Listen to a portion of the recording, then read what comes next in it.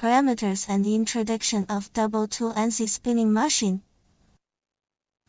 Product description 1.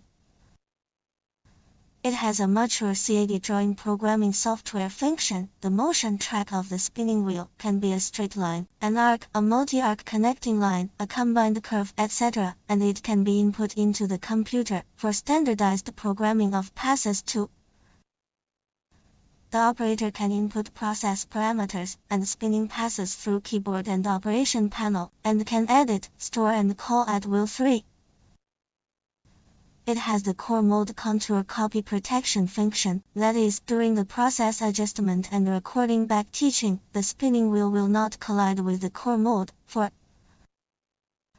The machine tool can pause the feed speed and spindle speed in the automatic program. It is equipped with travel limit protection, software and hardware limit protection, fault detection and alarm functions in the control system. 5.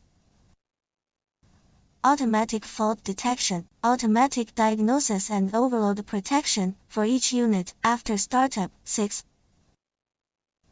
According to the user's requirements, it can realize the spinning forming of parts with various special shapes to ensure that the workpiece shape, diameter, thinning rate, and other relevant dimensions meet the requirements. 7.